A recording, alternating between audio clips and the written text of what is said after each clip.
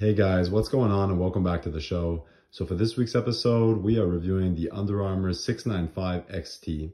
So this is an official leather football. It was basically the last official leather that was actually made by Under Armour. Unfortunately, Under Armour doesn't make any footballs anymore. And they had a line that was based more or less on composite footballs, but this was their go-to official leather football. So the 695XT.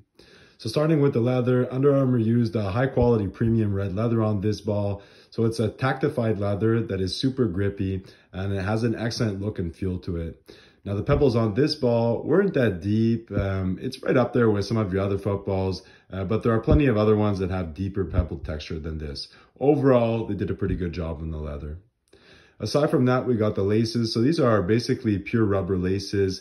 Now they have a texture to them, which is basically a diamond pebble texture. And you can feel it a bit. It gives it some type of a gritty feel to them. But overall, being rubber, they have an excellent grip. So in terms of depth and in terms of size, they feel pretty good. Overall, pretty good laces. Aside from that, we got the stitches left and right of the laces, so a bit bolder than your typical footballs because of the ink that's stamped down on the leather. They have a pretty good look and feel. And then aside from that, you got the white stripes and stitches. So as per the NFHS regulations, you got the stripes for tracking and visual purposes on the top two panels of the ball. And the stripes themselves are actually painted down. They're relatively thick, but there's no added tack to them. So really this is just there for visual and tracking purposes, and they have a pretty good look on the ball. So other than that, you got the stitches left and right of the stripes. So these stitches are pretty impressive. They're slightly larger than on balls like the Vapor Elite or on the Adidas Dime, but they're slightly smaller than, for example, on the Nike Vapor 1 football. So they fall really in between. They're white, whereas on the other balls they're a darker stitch, and they have an excellent look and feel to them.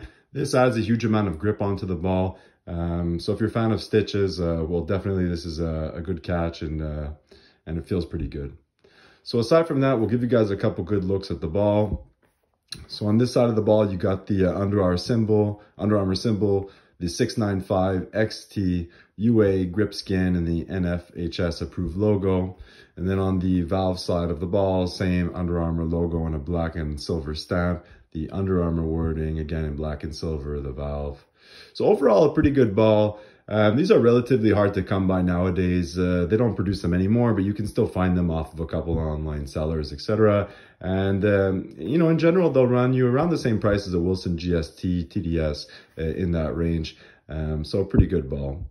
So that's it for this week's review. I hope you guys liked the vid. Don't forget to hit that like button and subscribe if you haven't already, and tune in next week for another official leather football review.